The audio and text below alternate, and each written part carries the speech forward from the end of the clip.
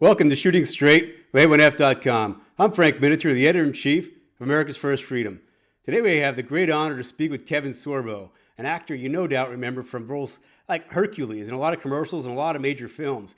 Now, Kevin, I'd like to start here if it's okay. I'm sure everyone has this question for you. Let's just get it out of the way. What's it like being in the film industry as, well, a pro-gun kind of guy?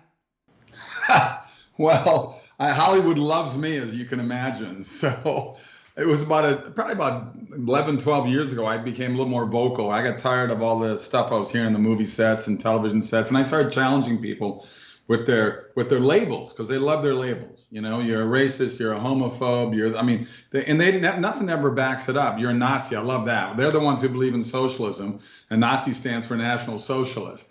But I think there's a lot of uneducated, ignorant people that are completely brainwashed by what's going on, not only through K through 12 in our public education universities, but also you see what's coming out of Hollywood and the movies they're putting out, and you see what the mainstream media does. So after decades of that, we've just got a culture, especially the under 30-year-olds, that just don't get it, and all they really have in their life is anger and hatred, and then they're the ones who scream for tolerance, yet the tolerance is a one-way road with them, and they have zero tolerance. So thank God for independent movies. If there wasn't an independent movie world out there, I wouldn't have a career right now. But, I've shot over 60 movies since my Hercules and Andromeda days. And, I got 3 movies. 1 just came out, 2 more coming out. I got 4 lined up. I'm starring in the Reagan movie along with Dennis Quaid. Dennis Quaid is playing Ronald Reagan.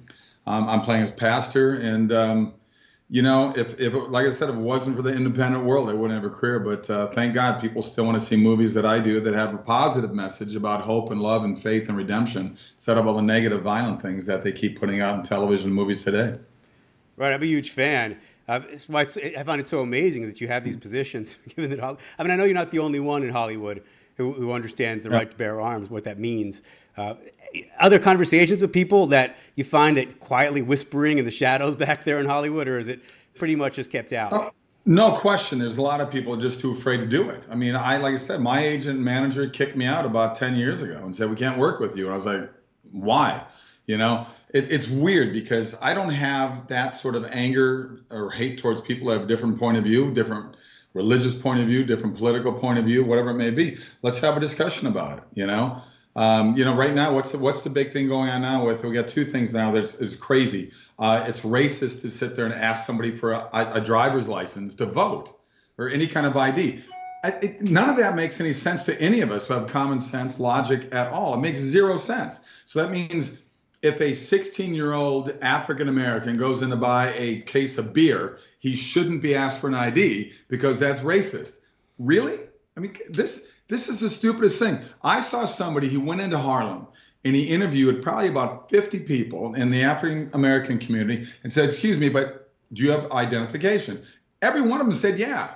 I think behind the curtain, those guys are going, these white people are morons. They're idiots. What are they talking about? Of course they can get an ID. Anybody can get some kind of an identification if you are an American in this country. And to sit there and say that they're not capable of doing it, I think that's a racist statement. You're saying that they're too dumb and too ignorant to figure out a way to get a license or some sort of identification. And I certainly don't feel that way. And I have plenty Black friends out there, and we have these discussions, and they think it's just crazy too what's going on.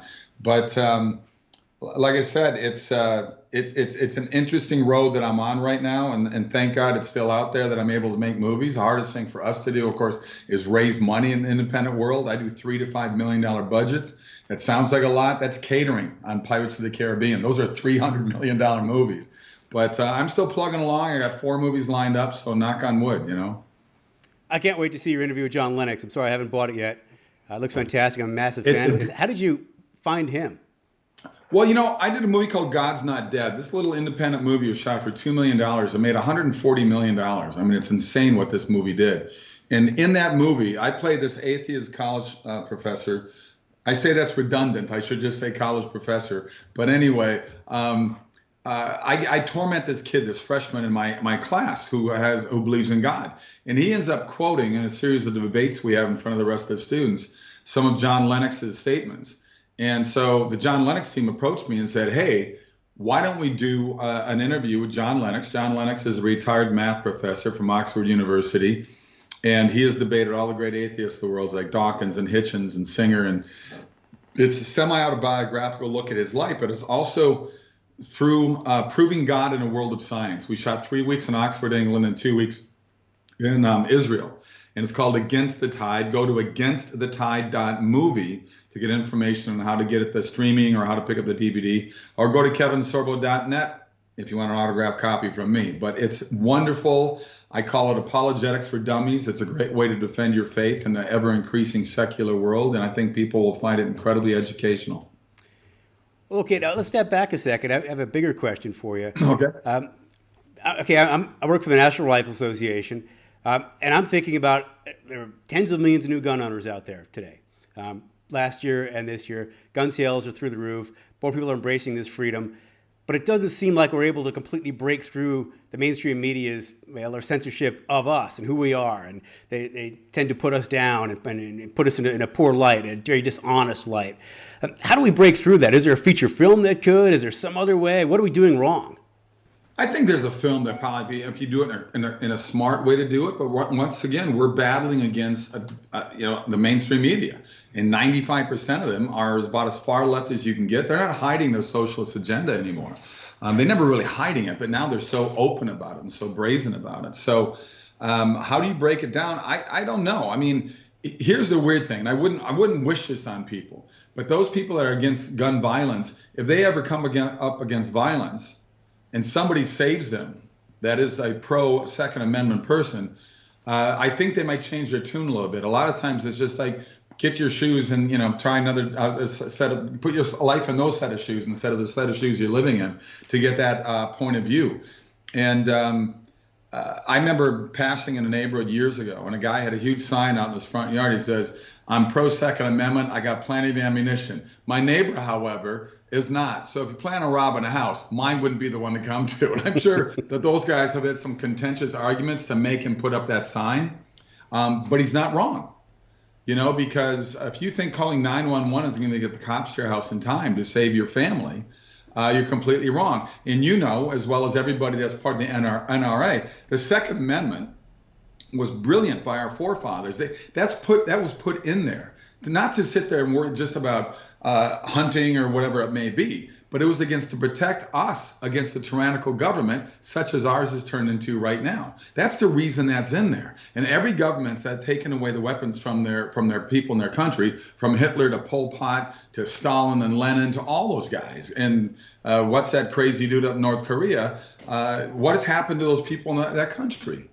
We have to defend ourselves. I don't sit there. I mean, I love to do it. For me, I got hooked on it really for sport because I'm very competitive. And when I first started shooting, I couldn't hit that target. Man, that made me angry. I'm going to hit that target, And and also the movies I was doing. And I worked with some amazingly safe, smart guys that are ex-military. My neighbor, when I lived in LA, was an ex-Navy SEAL.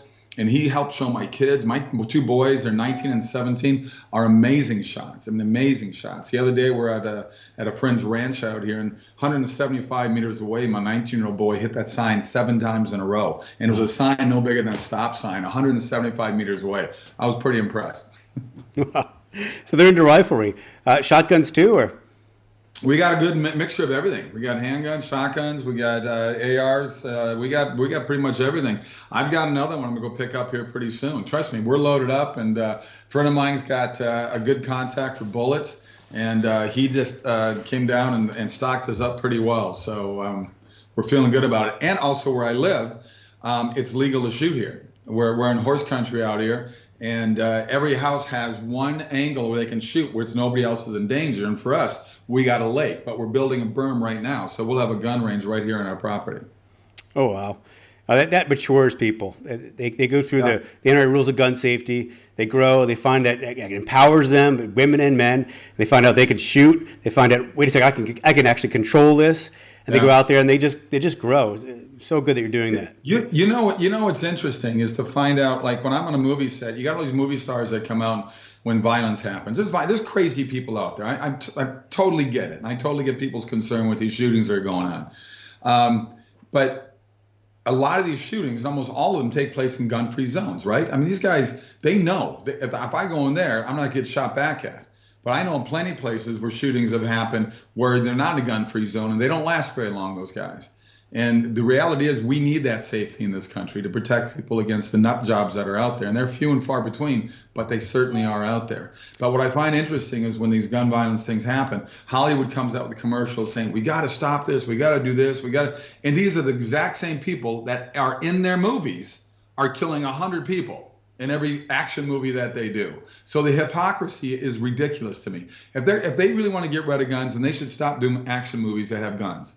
They should start whatever they preach, and they should start living by that rule instead of showing the hypocrisy that they constantly show. But every time I've been in a movie and I've been in a gun situation, a movie, the guys that we have on there are so good with the guns and so safe with the guns, and they repeat themselves over and over again about the safety of the guns. So it's just not people going out there and just randomly throwing guns around saying, go ahead and shoot it.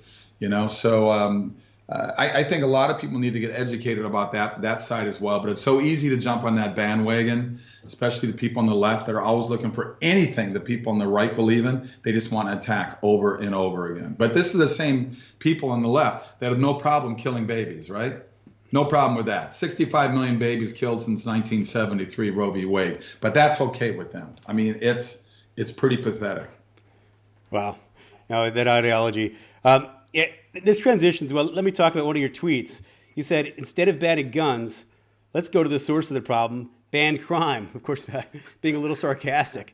But that's their philosophy, isn't it? They think they could just ban behavior somehow by controlling people. Yeah. And they think it's going to get better when they ban the police forces. Look what's going on in all our major cities now when they started cutting down the finances of the police. I wouldn't want to be a police officer today. I mean, here's the thing. I got a documentary out there I did with Kevin Jackson. It's called Bleeding Blue. I hope people check it out. It's called Bleeding Blue. And it looks at cops. It's not there to glorify cops. It shows what police have to go through day in and day out, okay? It shows you what the job is like. If you look at Chicago, which is one of the most dangerous cities in America, Obama, who calls that his home city, he did nothing in his 8 years to stop the crime in there. We're talking shootings every single day. And weekends, it's just crazy. It's nuts.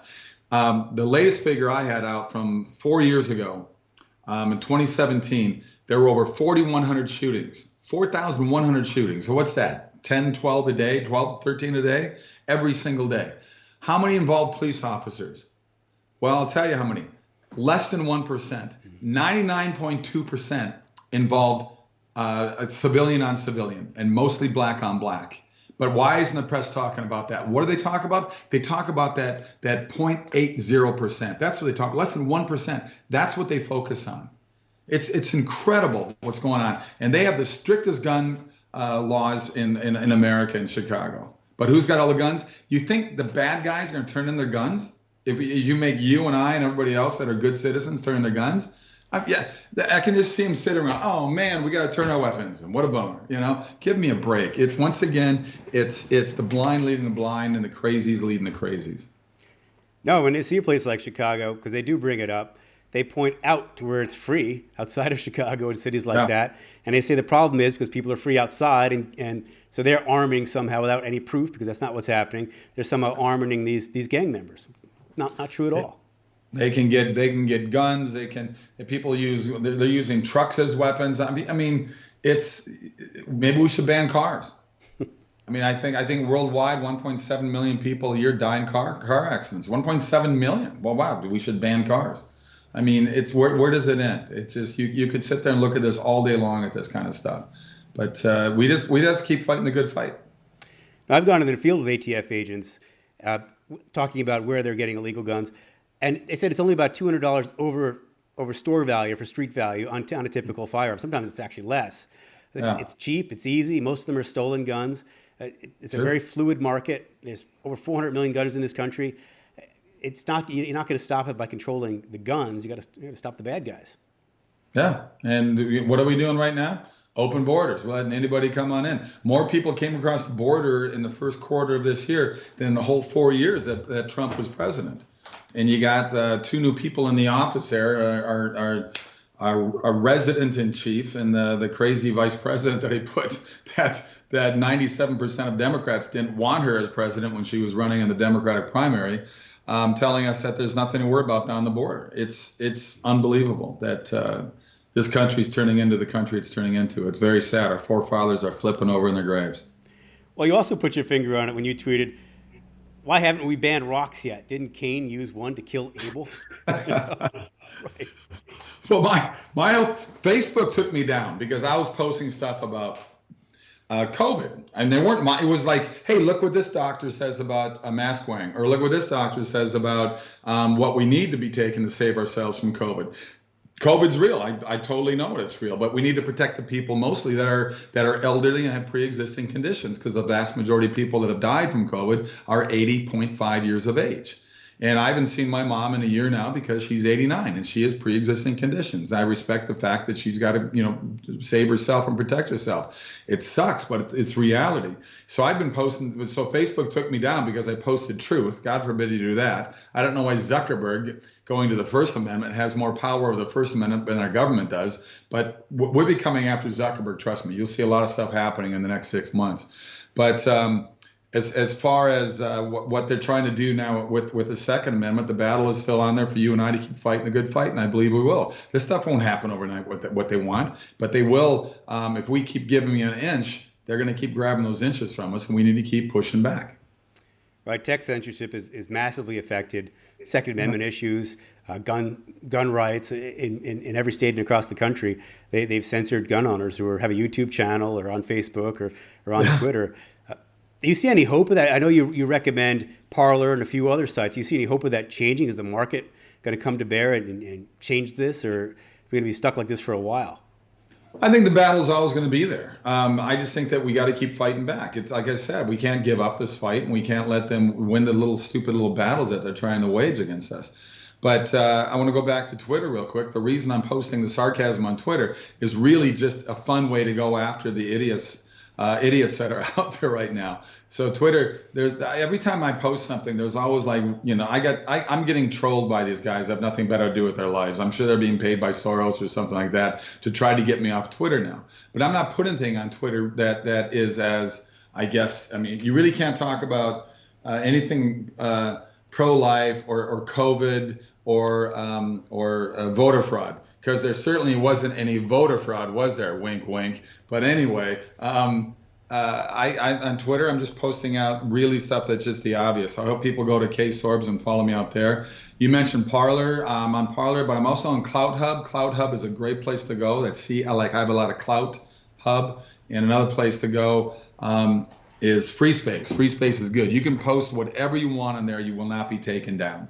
These are new places to go to, new guys that good values. These are Christians. These are Second Amendment people, First Amendment people. So check out Cloud Hub and Free Space as well. Good spots to check out.